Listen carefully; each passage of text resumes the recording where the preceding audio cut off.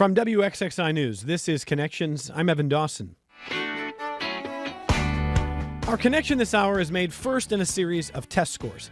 Maybe you've seen the report in the last week indicating that Gen Z is becoming the first generation to score lower on standardized tests than their parents. Kids are struggling to read. They're struggling with focus. Those that go to college are arriving less prepared. And one simple way to say it is there are some kids who aren't okay. But for author and clinical psychologist Dr. Ross Greene, the kids who aren't okay are struggling beyond simple test scores. They're more depressed. They're struggling with mental health. They're attending school less often. In recent years, it's become popular to point to two main factors. The first is the pandemic. But Greene points out that the problems we see today were already taking root before the pandemic. So COVID is not the answer. And the second is the phones, along with social media. Australia recently banned social media for everyone under the age of 16. Most U.S. states now ban cell phones during the school day. But Greene says it would be a mistake to put too much emphasis on just the phones and social media. So then what exactly is going on? Greene makes the case in his new book that kids need to feel more involved in the process of addressing their own problems. They need to be heard. The approach needs to be more collaborative. The results could be more durable. Instead, Greene writes that schools continue to bring a top-down approach, imposing discipline without effective communication with students, and then many school leaders are surprised when the results are not durable. Dr. Greene is in Rochester today. He's a guest of the Norman Howard School. But first, he's taken the time to sit down with us to talk about the kids who are not okay on Connections. Dr. Ross Greene, clinical psychologist and author, founder of the nonprofit Lives in the Balance. Welcome to the program. Thanks for being here. Thank you for having me on. And welcome to Katie MacKenzie, who's a speech-language pathologist and social cognitive specialist at the Norman Howard School. Thank you for being here. Thanks for having me. Remind our audience, Katie, what the Norman Howard School is. So Norman Howard is a small New York State-approved private school for kids with disabilities here in Monroe County. Okay. And Dr. Greene, why don't you tell us a little bit about what Lives in the Balance is? Lives in the Balance is the nonprofit I founded 17 years ago that provides a lot of free resources on the model I originated called Collaborative and Proactive Solutions, but also has extended into advocacy work and legislative work so that we can get bills passed so we stop harming kids. Well, we're going to talk about that at length this hour. We're not going to come close to getting everything through the book here, although I'm going to read a few passages that pop to me. Listeners, if you've got questions, comments as we talk about what works and what does not work in schools, you can join the program. The email, as always, connections@wxxi.org. You can call the program toll-free at 844-295-TALK, 844-295-8255, 263-WXXI if you're calling from Rochester, 263-9994. You can join the chat if you're watching on the WXXI News YouTube channel. Dr. Greene, I want to start with just the question of what concerning behavior is. You talk about this in the book. You talk about this a lot. It's something that schools will discuss. They'll talk about what we had this concerning behavior in a class or a student is displaying concerning behavior. And you say that, you know, there's a lot of pressure on educators if we get kind of the whole kind of formula wrong, how it's diagnosed, how we respond to it. So number one, what does it mean when you hear concerning behavior? When I hear concerning behavior, I hear frustration response or distress response. On behalf of the students. On behalf of the students. Yeah. There is an expectation that has been placed upon them that they're having difficulty meeting, and they are communicating that they're having difficulty meeting it through their concerning behavior. We've all heard the cliche, all behavior communicates something. Concerning behavior communicates that there's an expectation a student is having difficulty meeting. Okay. And so let me ask a couple of questions related to that. You say that we've put a lot of pressure on educators to get every kid over the same bar every year. Should we not be doing that? We should not be doing that. We should have every kid be their own reference point. Given the developmental variability walking in the classroom, and every teacher can relate to this. Every kid is different. Why would we be trying to get every one of them over the same bar by the end of the school year? I think most educators could have told you 30 years ago that that was a bad idea right out of the gate. We are a whole lot more effective when we're meeting kids where they're at, treating each kid as their own reference point, and gauging progress based on how far we brought that kid that school year, based on where they started, rather than having some arbitrary bar that they all have to get over. That's a recipe for things not to go well. Okay. And you've also written that educators are instructed to view concerning behavior as being an issue that can be overcome with passion and perseverance. That students are told that if you can just learn to persevere, grind your way through it, you can get to the other side. You say what is missing is the problem-solving component of that. Explain. When a student is having difficulty meeting an expectation, perseverance is great, but if they aren't able to meet it, perseverance actually doesn't get them very far. So what we're doing a lot of the time when a student is having difficulty meeting an expectation is we keep pushing harder. We wouldn't have to push harder if we were taking the time. Time is a big issue in schools. We're spending a lot of it on concerning behavior. If we were taking the time to figure out what's actually getting in the way for a kid on a particular task and collaborating with them on a solution. So before I jump into a passage I want to read from an outside source, let me just ask Katie from the Norman Howard School. You're bringing in Dr. Greene for a reason. You brought him to this community for a reason. This book clearly has resonated with you. Why?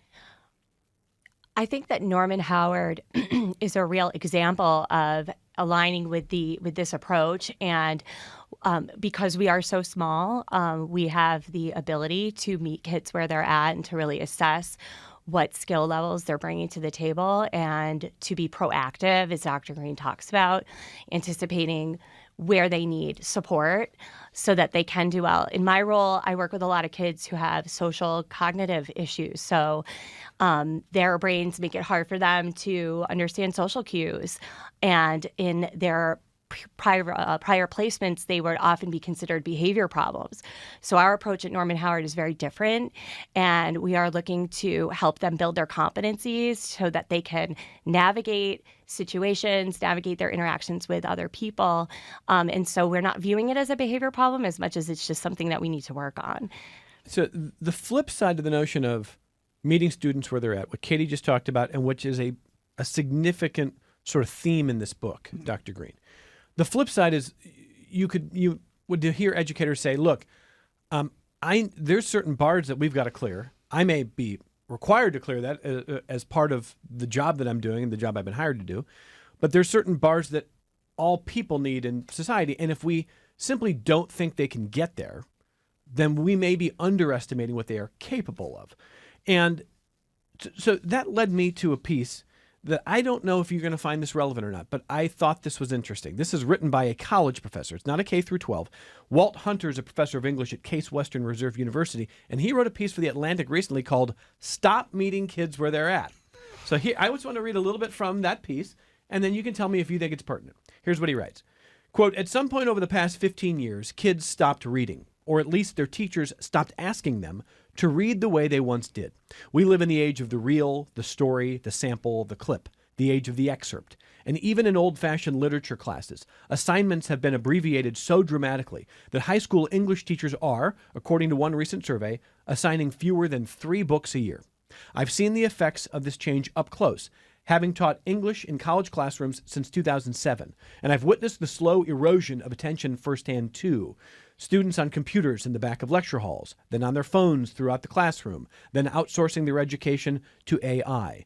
We know that tech companies supply the means of distraction, but somehow the blame falls on the young reader. Whole novels aren't possible to teach, we are told, because students won't or can't read them. So why assign them? Just meet them where they're at. When I walked into my American literature class at Case Western Reserve University last fall, I looked at 32 college students, mostly science majors, and expected an uphill battle. As my colleague Ross Horowitz has reported, many students no longer arrive at college, even at highly selective elite colleges, prepared to read full books. 1/3 of the high school seniors tested in 2024 were found not to have basic reading skills. Yet by the end of the semester, as we read the last sentence of Toni Morrison's Song of Solomon, I regretted ever doubting my students. I am now convinced that I was wrong to listen to the ostensible wisdom of the day, to meet students where they're at, to water down our reading list and our expectations.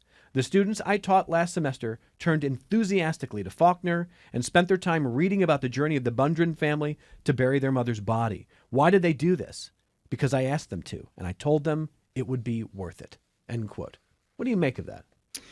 Well, I think that there's a distinction between what are our expectations And the writer seems to be decrying the fact that expectations have been lowered. Mm-hmm. That's one thing. Okay. Another thing is what you do with kids who aren't having an easy time meeting your expectations. Mm-hmm. Those are two different things, right? If expectations have been lowered, that's one issue. I think that's what he's talking about. Mm-hmm. But he's actually putting it under the guise of meeting kids where they're at. I think they're very different things. When a kid is struggling, you have no choice but to meet them where they're at, because it's going to go a whole lot better if you're meeting them where they're at than if you're not. If they're struggling to meet your expectations in the first place, what your expectations are, completely different story. If high school folks are only expecting students to read 3 novels a year, first of all, most can probably do that. I tend to worry more about the ones who aren't doing that, and especially the ones who aren't doing that and expressing the frustration that they're having difficulty doing it through concerning behavior, which just begins a cycle of punishment and exclusionary practices that are good for nobody. I think we're talking about two different things here. All right, so I'm going to be the student, and you got to make sure you give me a grade on this one here, Dr. Greene. What the writer in this piece is talking about is not the same as saying when students are demonstrating that, for the moment at least, they can't do the work. Mm-hmm. Not that they feel like they'd be too distracted or they'd rather be on their phones or they haven't been challenged before. That's not the same as saying, no, we can identify some students who, for the moment, this is a hurdle they can't clear. And we can't just tell them to keep trying. We have to find a different way to help them get over it. You said it perfectly. Okay, so two different things. I take that point. And the book, by the way, models how teachers and educators can have different kinds of conversations.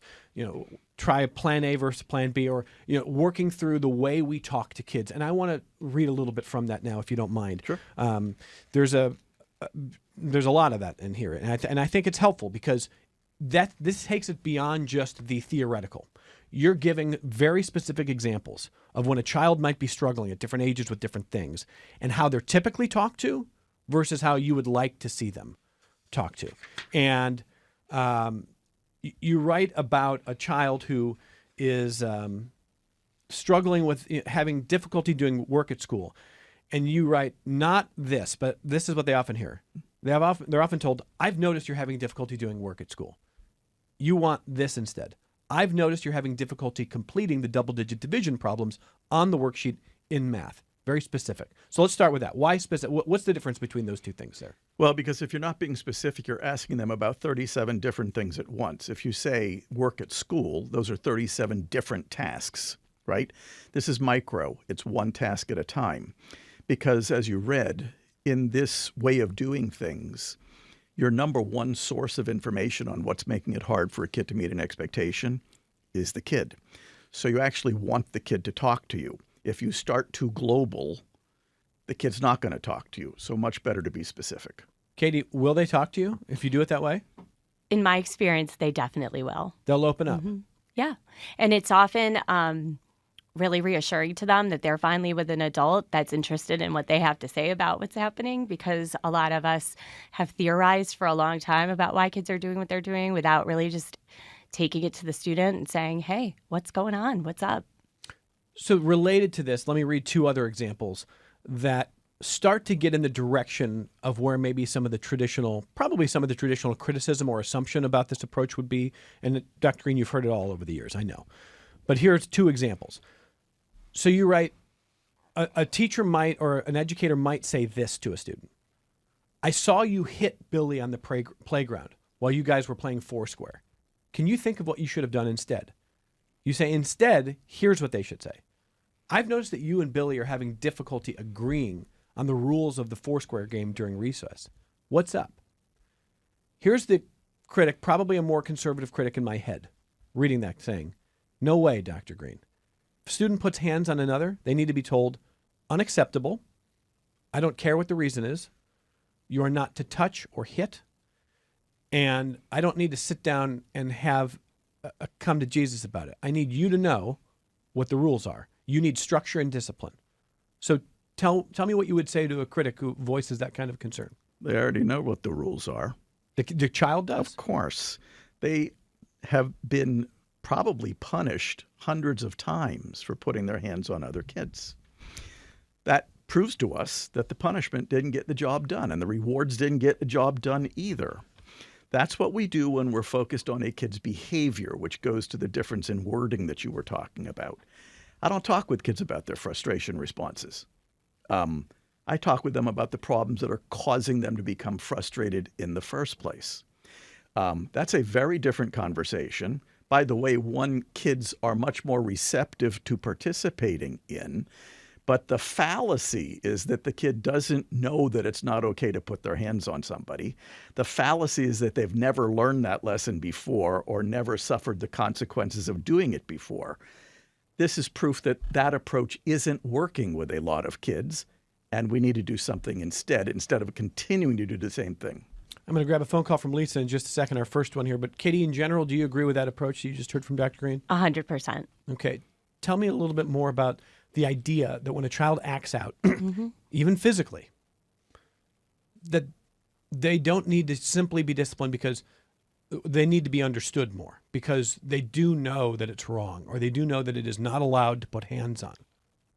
Well, I think that, kids know that it's wrong, but there's clearly something is happening within the context of that situation, within the context of the other person in the situation. I think we have to get a little bit more curious with kids about, get into some more gray area with kids and help them problem solve, because until we do that, we're going to continue to see those same behaviors when they are overwhelmed by an expectation they can't meet. So in my experience, it's been very effective. So let me grab with the perspective on the parent's role here. Let me grab Lisa in Rochester who wants to jump in here. Hey, Lisa, go ahead. Hi. I don't disagree with a lot of what I'm hearing. I understand that you have to, in a way, meet children where they are. But I would suggest that by the time a kid gets to school, the die is already cast. Who they are, respect for authority is established at a really early age. And I think when I look around, I'm going to be 70, live the life. So I think that parents really need to parent. And the problem is that I think more parenting classes should be available. I think I taught for 20 years, and I saw other teachers teaching, and I'm pleased to report that I had wonderful students. I was in high school, and my approach was to set out a set of rules that were fair, and I thought they were fair. And in all of my 20 years, I think maybe one student said to me, you're not being fair. I think in 20 years, one student said that. So I think parents have to establish a clear set of rules, enforce them, because when a kid starts out with respect for authority, when a kid starts out knowing that the adults around them are there to protect them and are on their side, I think that carries over to school. I understand if parents don't do that and you have difficult kids in school, then sure, you have to find a solution.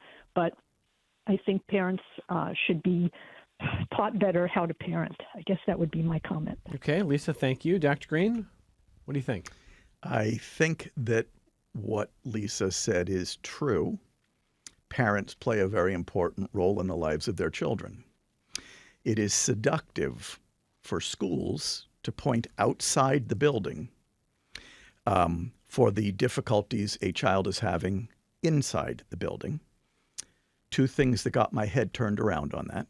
Number one, the vast majority of parents I've worked with over the last 35 years who had a child who was difficult in the home had other children in the home who were well behaved. So we got to be careful about pointing fingers, right? Secondly, there are a lot of kids in our schools who are going home to situations that are not exactly ideal, who are very well behaved in school and are in fact doing very well in school. I find that we tend to focus on home when things are not going well at school.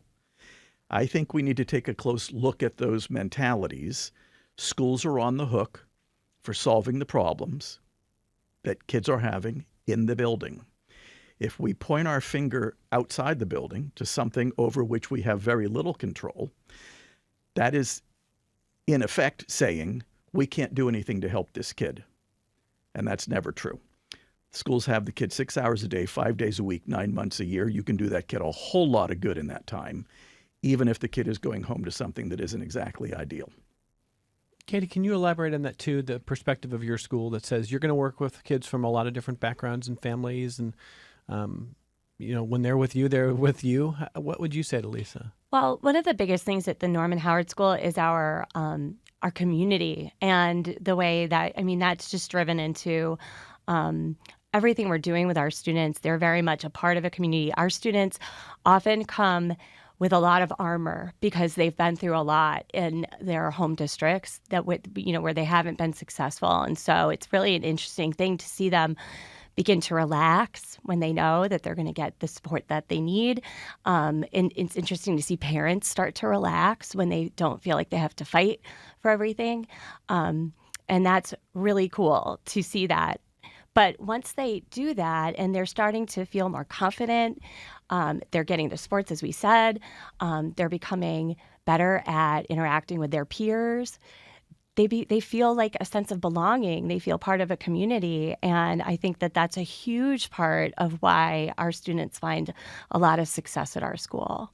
You ready to hear from a graduate? I got an email. You want to hear this? Okay. This is from CY. It says, I went to Norman Howard starting in 6th grade, gradually transitioned into public school by 10th and 11th. I graduated in 99. He says, I don't know what it's like there now, but if the individual teachers as well as counselors and administrators are still taking the time and patience to talk and listen to students, to coax them out of lockers and from under furniture and down from trees when they are having a rough time, as they did with me, in addition to all the classroom modifications of large print, alternative note styles, tests, test-taking methods, etc., then I'm sure they're still doing it right. Wow, that's really great. That's from CY, yeah. Sounds like Norman Howard is meeting kids where they're at. There's an endorsement for. By the way, I'm gonna keep going back to this idea that I read this piece in the Atlantic, thinking I think it might contradict this book, and it turns out they're not mutually exclusive. There's a different, and what we're talking about when you hear meet kids where they're at are the kids who are really struggling in authentic ways for different reasons, for a wide range of reasons. But it's not as simple as saying just grind it out, just try harder. Right. So that's. And by the way. Yeah. Meeting kids where they're at works better for everybody. Let's say you have a kid who's bored stiff in the 3rd grade and needs work that is harder. We're going to tell that kid to grind it out with work that's boring, or are we going to give them work that's more challenging? No, that's an interesting point. This cuts across every student. It works better to meet kids where they're at than to not. Let's go to David, who's calling to us from San Francisco. Hi, Dave. Go ahead. Oh, yeah, thanks. I just wanted to raise in literature, there are hundreds of different books that deal with this issue of, the kids who are deprived acting up and being punished essentially by the powers that be. I thought first of Huck Finn, but if you ever read W.C. Fields' autobiography, I think he was orphaned by the age of 8, and he was living on the streets of Philadelphia selling newspapers, and apparently caught tuberculosis at an early age and simply worked through the tuberculosis. He wouldn't die.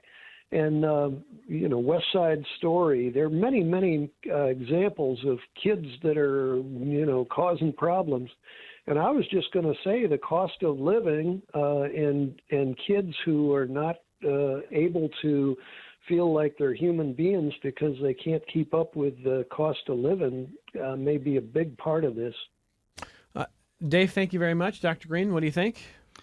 Well, the part that I'm most resonating with is the fact that a disproportionate percentage of kids who are struggling are of lower socioeconomic status. Not that there aren't kids of higher socioeconomic status who are struggling, but kids of higher socioeconomic status often have resources that others don't have outside of school, perhaps. The resources to pay for a different school, the resources to find help. So we do have that divide. I was Huck Finn in the school play back in 6th grade. Apparently, my costume told us that he was of somewhat lower socioeconomic status. The big question is, did he get the help he needed? Did people figure out what he was struggling with? Did people meet him where he was at?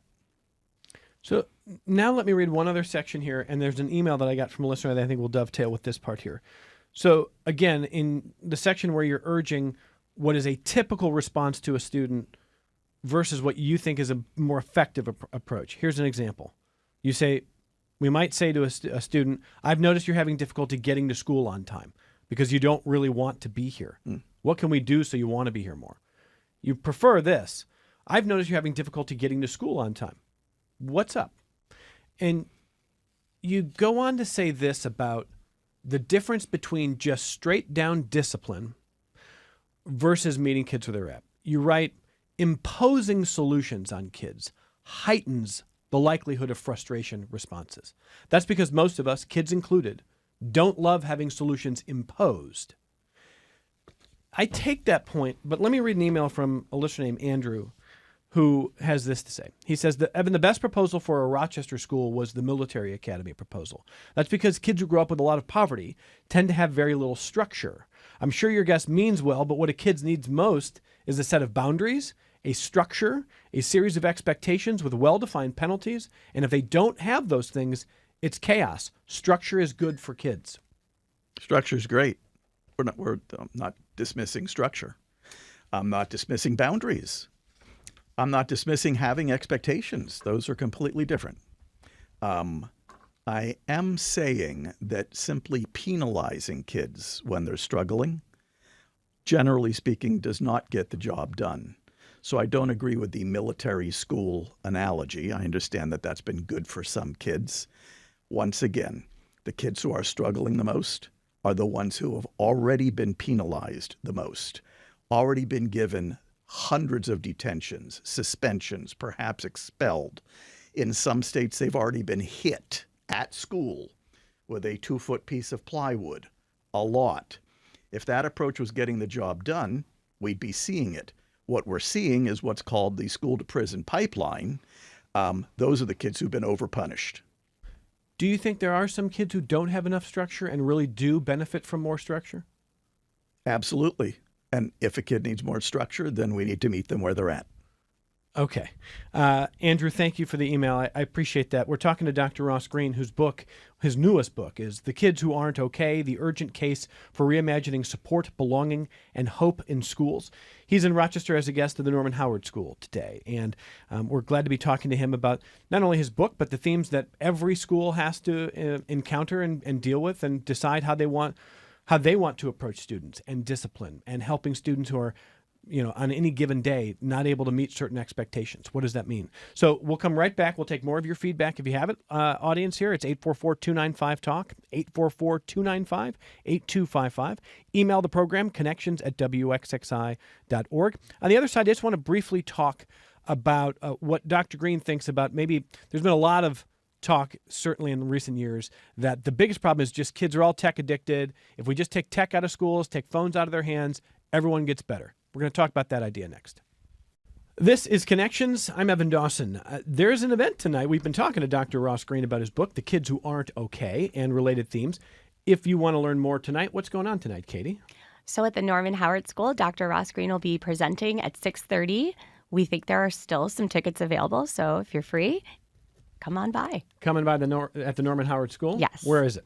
Oh, goodness. We are on Winton, 275 Pinnacle Road in Henrietta. All right. So the event tonight, 6:30, you said? Yes. Okay. Dr. Greene, where does this book take you? You're all over the place with this thing, aren't you? I mean, you're speaking to schools and educators all over the country? World. All over the world? But the important thing is the work. A lot of schools recognize that what they're doing now isn't working very well. They're seeing lots of teachers quitting. Oh, yeah. Because of what we've done to teachers, quite frankly, legislatively. One of the things I talk about in the book is what high-stakes testing did to both kids and educators, what zero-tolerance policies did to both kids and educators. A lot of educators, and I said this in the book, have said to me, they've taken all the humanity out of my job.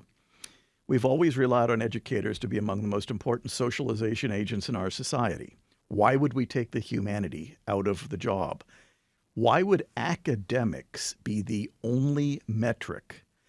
Academics have never been the only metric, but they've become the only metric, and I don't think that's been good for educators or kids. Whether it's Common Core or any other big sweeping piece of policy, there's this idea that we need American kids to meet certain standards, to know certain things, and to set these expectations for kids. Why is that a bad baseline? It's not a bad baseline. It's good to say, here are the expectations we want kids to be meeting.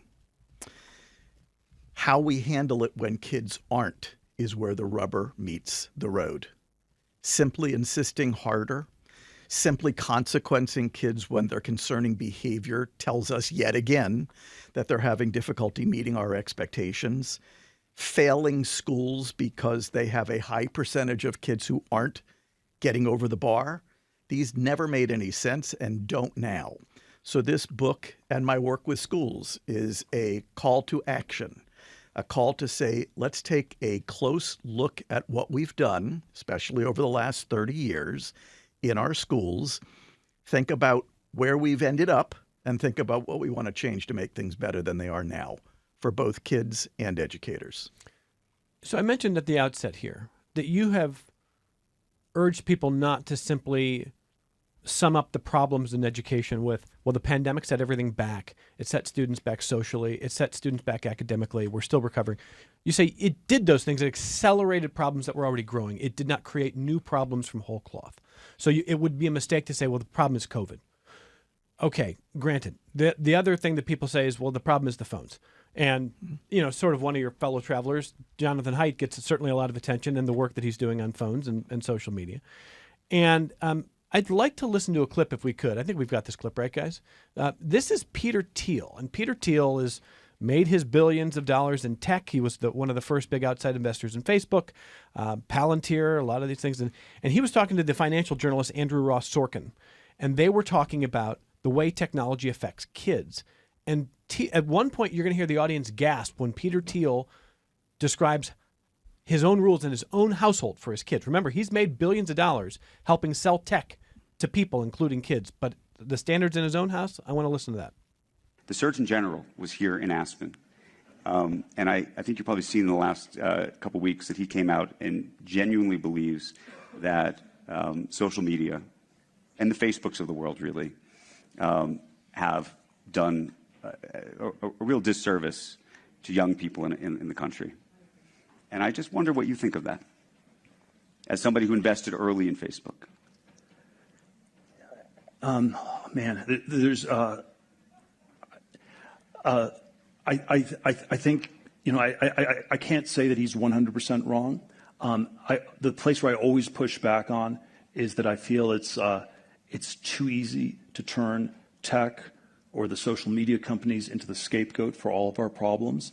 There is some kind of a interesting critique one can make of the tech companies, and if you ask how many of the executives in those companies, how much screen time do they let their kids use? And there's probably sort of an interesting critique one could make. What do you do? Not very much, and I think that's very. What's not very much? An hour and a half a week. Hour and a half a week. Something like that. How old are your kids? 3.5, 5 years. 3.5 and 5 years old. Okay. And I think that is sort of, if I had to do if I were to make the anti-tech argument, it's that there are probably a lot of people in tech who do something quite similar for their own families. So I've seen this clip shared a lot in the last week because there are a lot of critics of tech who say Peter Thiel just gave away the game here. That even at 5 years old, the average American 5-year-old is on screens way more than 90 minutes in a week, probably more than 90 minutes in a day. And that if the people creating the tech are telling you that they're that scared of it to not let their own kids use it, that we can see that it's destroying the minds, the mental health of the attention span of America's kids. And Jonathan Haidt would agree. He's certainly made a lot of progress convincing people of that. I don't know how strongly you agree or disagree, but you don't make that the central thesis here. And I want to talk about why that is, but go ahead. Well, number one, the reason I don't make it my central thesis is because the vast majority of what is said about social media and its effect on kids is correlational. There aren't that many causal statements that can be made about social media and its effect on kids' mental health. Haidt definitely disagrees. You think he's wrong on that? I do. So do a lot of other people who have been quite critical of him. And truth is, I think he's making a very important point. I just don't think that the research You think he backs him overstates up. the evidence? No question about it. Okay. But that aside, Yeah. right, the most definitive thing based on my reading that can be said about social media and kids' mental health is that it's the kids who are way overusing it whose mental health is most adversely affected. That said, I would be the first to agree. There's stuff in social media that is bad for kids' brains, for kids in general, some specific to females, some specific to males. Mm-hmm. But the issue is a little bit more nuanced. Every parent has to come to their own conclusions about the effects, just like lots of other things, by the way. Some parents would say, I don't have a huge problem with my kids smoking marijuana. I just don't want them to overdo it. Interesting. That's a little nuanced, right? I don't mind my kid being in social media. Good luck with me trying to prevent that from happening in the first place. I just don't want them overdoing it. The nuance comes in when we would say, yeah, but there's also kids whose only social life, because of who they are, because of difficulties with social skills like Katie works with, right? Social media is their lifeline. In that respect, social media is good. So I'm just not big on blanket statements. Peter Thiel, great, right? Whatever he wants to do. They're his kids, right? It's when it becomes extreme that life becomes particularly interesting. My main point, though, is that if all we're focused on is social media, we will miss the biggest part of the picture. You're a clinical psychologist. Australia banned social media for under the age of 16. Do you think that's a good idea? We'll see how that goes. There are a lot of school systems. You know, I'm a collaborative guy, right? I'd rather involve kids in the solution.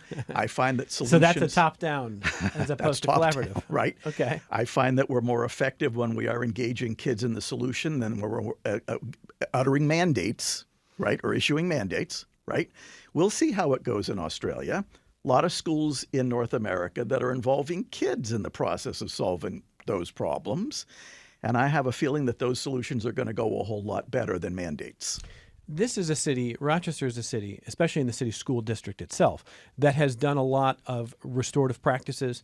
We talked over the years about the idea of instead of top-down discipline, can we circle up? Can we work through this? In general, how do you feel about restorative practices? I like restorative practices very much. I find that restorative practices and collaborative and proactive solutions come from very similar places in the heart. Neither model is big on punitive exclusionary disciplinary practices. Right. But here's what I would say. If all we're doing is something restorative, if all we're doing is making amends for a student's behavior, we're still not solving the problems that caused that behavior in the first place. For me, that's where the rubber meets the road. Okay.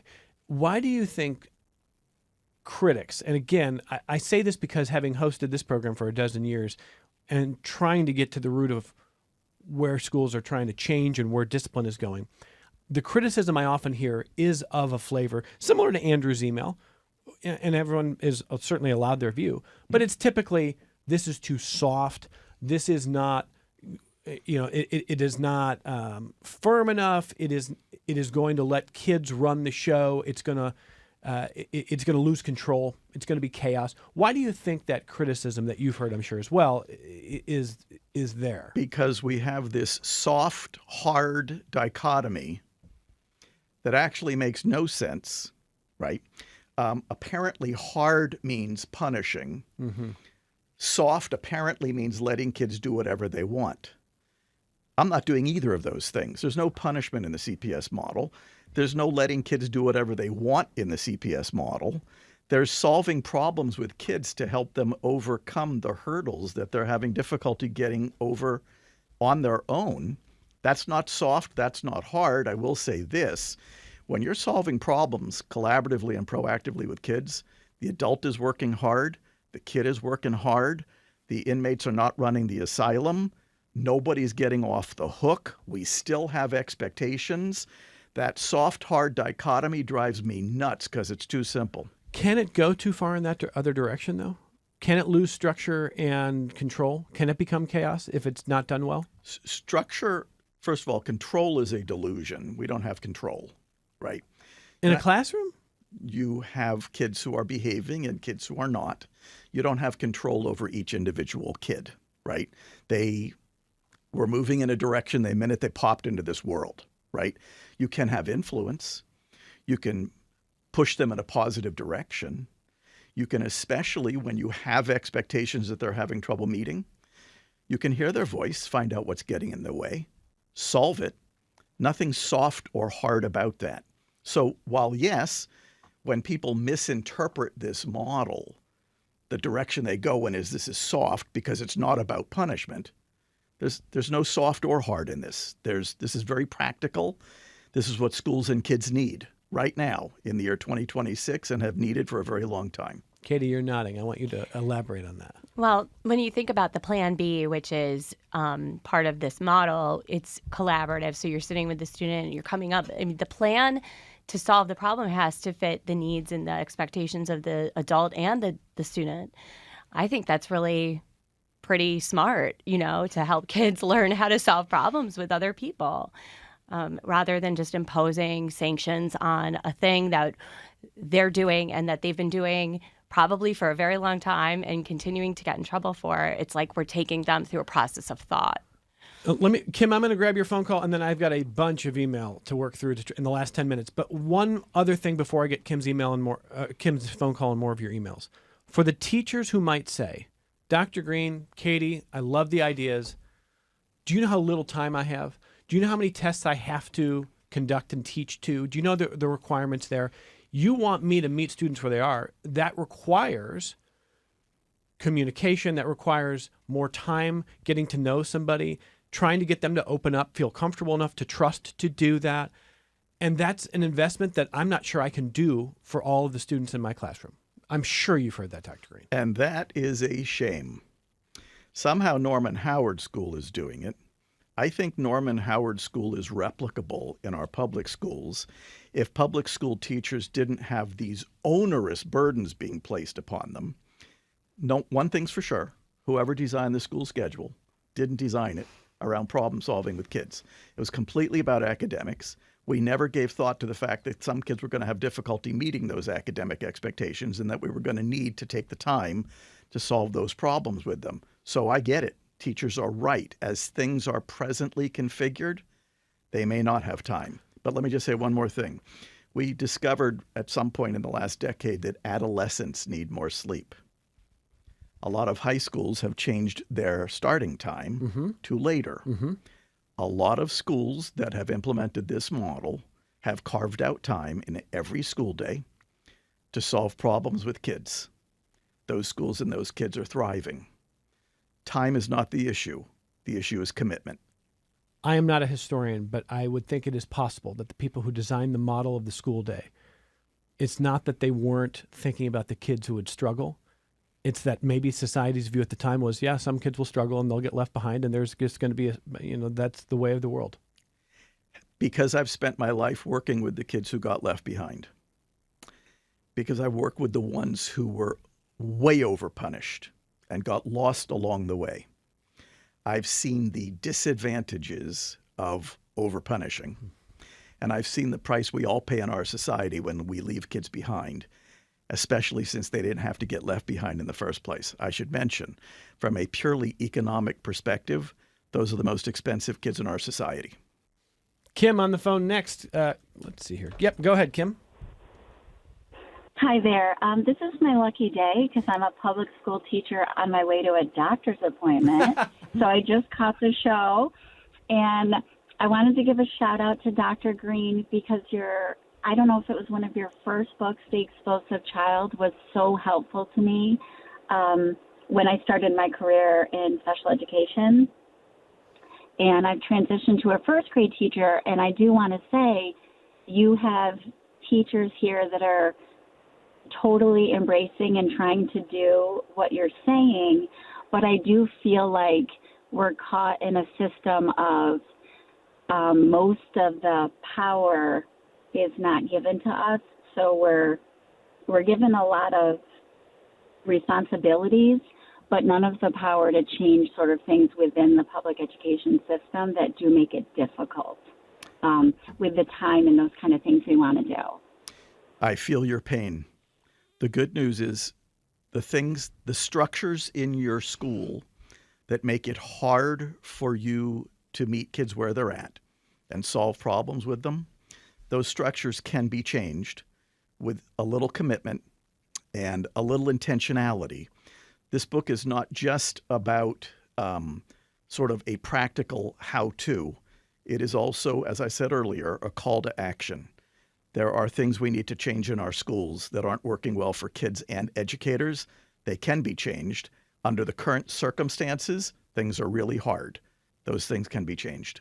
All right, we don't really do lightning rounds, but I'm going to go fast on email because I have a lot here. So here we go. Linda says, when I was going to school for my master's in education, Urban Teachers of Tomorrow program, we were told that the group most likely to drop out of school were and are males who are not challenged enough in school, boys who got bored and are not challenged. Is that still true? That's from Linda. I don't know. I don't know that that is true, but I do know that that's a case for meeting kids where they're at, so long as we're in the lightning round. Okay, so the answer to that one, but that's exactly what Dr. Greene Linda said earlier, which is we're talking a lot about struggling kids, and understandably so.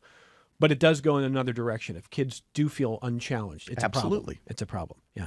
Thomas is saying, I came in late to this discussion. What I'm hearing is play to the individual strengths of the student. Is that true? Sure, that's part of it. But their strengths may not be the reason they're struggling. Things they're struggling with are the reason they're struggling. We still have to figure out what those things are and solve those problems with kids. That's not always about strengths. Sometimes that's about things they're not so good at. Okay. Rick says, Evan, I think your guests are pointing out the key ingredient in educational success. Saying meet students where they are at is, for me, another way of communicating to students, I see you and I care about you.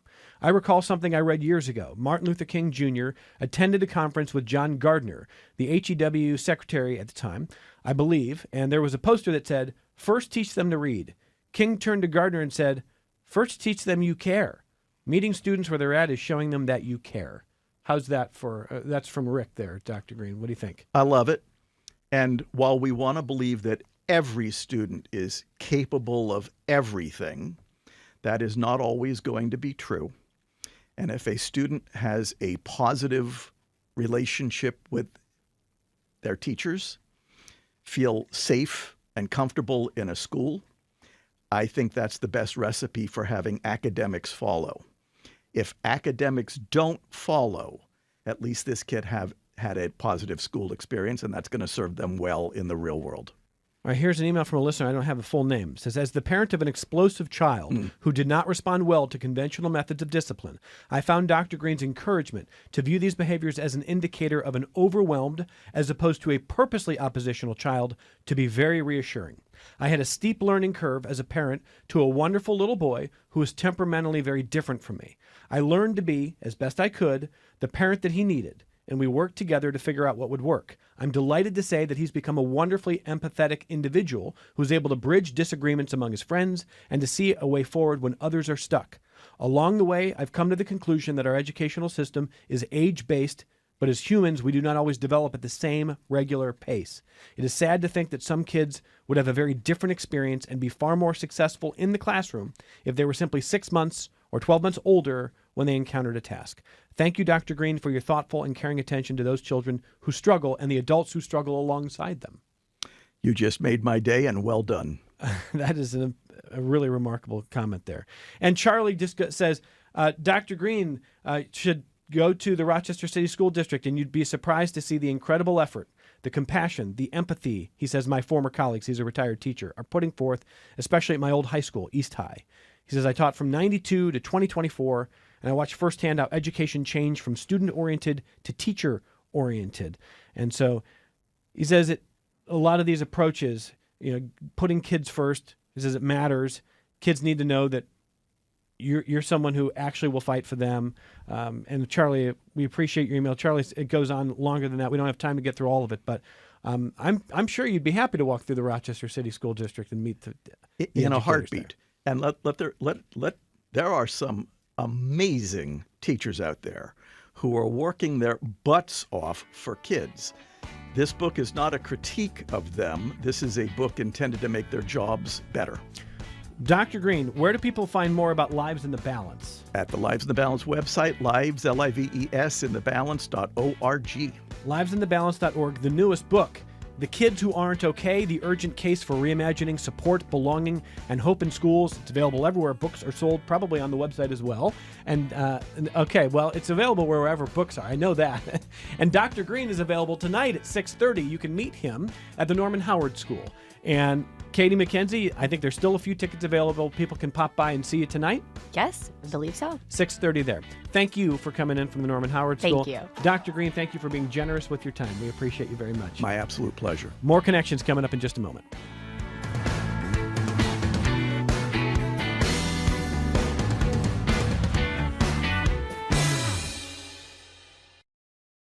This program is a production of WXXI Public Radio. The views expressed do not necessarily represent those of this station, its staff, management, or underwriters. The broadcast is meant for the private use of our audience. Any rebroadcast or use in another medium without expressed written consent of WXXI is strictly prohibited. Connections with Evan Dawson is available as a podcast. Just click on the Connections link at WXXInews.org.